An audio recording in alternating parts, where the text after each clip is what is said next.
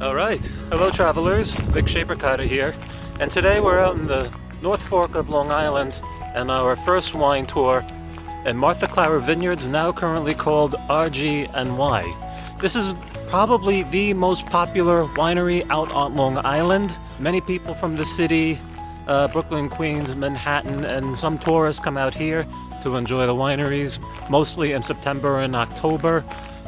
It's a beautiful place. Many people watch to see the foliage out here in October. It's one of my favorite pastimes as a Long Islander.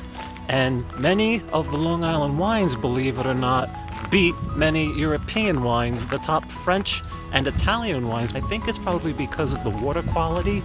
So let's go to the tasting room and find out exactly how high quality these wines are. RGNY is located on 6025 Sound Avenue, Riverhead, New York.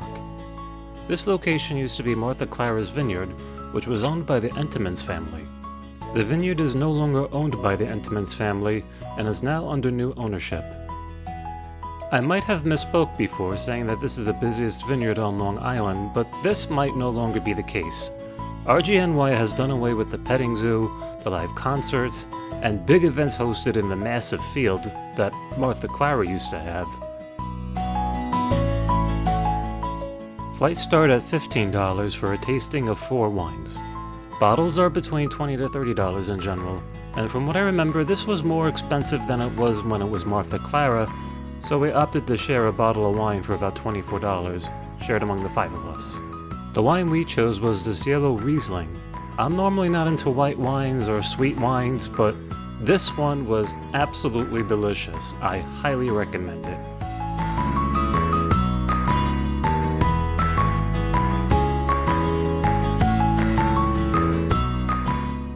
My friend Sarah from France had a nice chuckle reading the Surgeon General's warning on the bottle of wine. So according to the Surgeon General, Whoever that is. women should not drink alcoholic beverage during pregnancy because of the risk of birth defects. Aha! That's good to know. And do they have those warnings in the bottles of wine in France? Maybe there's a sign, but it's not written, I think. I don't know actually. But normally we should have like a description of what's in the wine. I mean, what's really in the wine. Yes. Like what kind of grapes they use? What kind of grapes, etc. And speaking of grapes, apparently I came right after they had their harvest. I filmed this video in the first week of September, which means the harvest season must have been in August or so. I am quite surprised because normally the harvest season for Long Island wineries is at the end of September or early October. I don't think we had a particularly hot summer in New York this year, so I'm stumped why I don't see any grapes on the vines right now. Though it's still a relaxing walk when you take a stroll through the wine farm.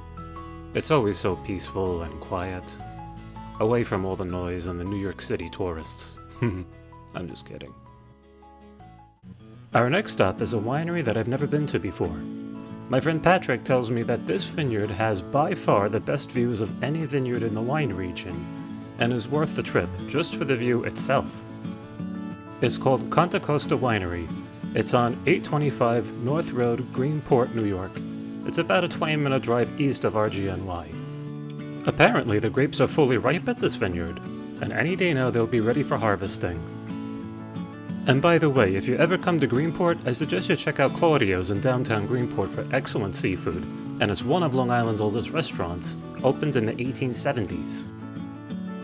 At Kontakosta, it's about $16 for a tasting of 3 wines, and a glass of wine is $12. Here's a secret. When you go outside, walk all the way back, and you'll have a beautiful view of the Long Island Sound.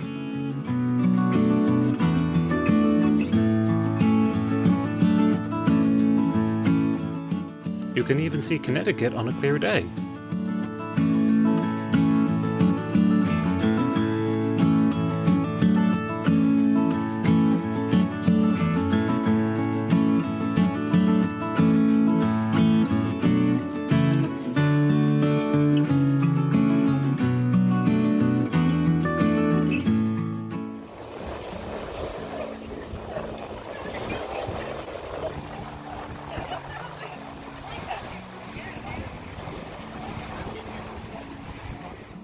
Baiting Hollow was way more crowded than the other two vineyards. They had limos, tour buses, live music, bands playing. We thought at first we weren't going to find a table for us, but we found a nice quiet spot to enjoy our $41 bottle of wine. Wow, so what is this one again? This is the Red Velvet. Now this is the most expensive one. No, there is one more expensive. I don't remember the name of that. Oh, okay. So this one was $41 for a standard bottle of wine, so it better be good, right? How much does a bottle of wine normally cost in France? It can't be that much. It depends on the wine. But yeah, 20, 10. Yeah, 20 at most for a good one. So, as we say, santé? Something. Oh, I smell the pepper.